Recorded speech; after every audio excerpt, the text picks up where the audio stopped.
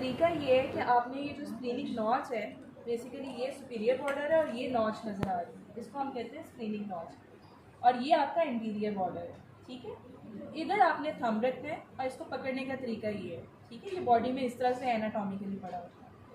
Then उसके बाद आप लोगों ने याद रखना है कि ये आपके पास सारा सुपीरियर और इंटीरियर बॉर्डर है जो कि शार्प होता है। ठीक हो गया।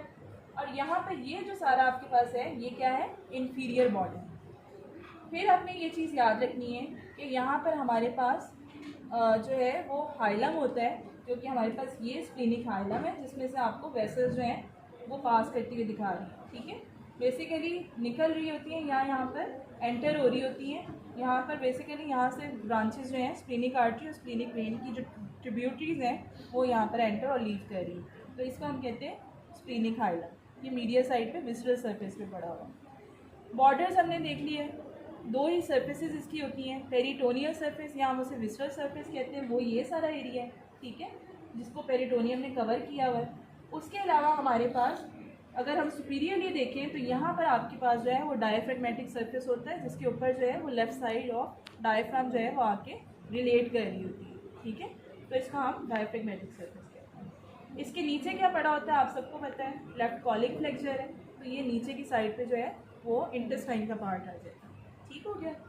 अब हम आगे आ जाते हैं इम्प्रेशंस पे कि कौन कौन से इम्प्रेशंस होते हैं यहाँ पर। यहाँ पर हमारे पास जो इम्प्रेशंस का मतलब ये है कि जो आपके पास ऑर्गन उसके साथ रिलेट कर रहे हैं, उसके रिलेशंस में जो है उनके इम्प्रेशंस पड़ गए हैं। ठीक है, तो यहाँ पर आपके पास ये सारा जो एरिया है ये है, इसको हम कहते हैं गैस्ट्रिक इम्प्रेशन, क्योंकि हमने कहा था कि एंटीरियरली स्प्लीन के स्टमक पड़ा होता है।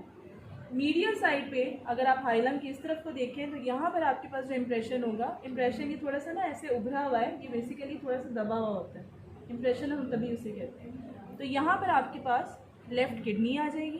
ठीक है, उसका इम्प्रेशन होगा, इसे हम कहेंगे रीनल इम्प्रेशन। और नीचे की साइड पे ये वाले पार्ट जो है यहाँ पर आपके पास बेसिकली क्या होगा, कॉलिक इम्प्रेशन। ठीक है, यहाँ पर आपके पास लेफ़्ट कॉलिक फ्रैक्चर आ जाएगी। ठीक है, यहाँ तक बात समझ आ गई। उसके अलावा आप लोगों ने याद रखना है,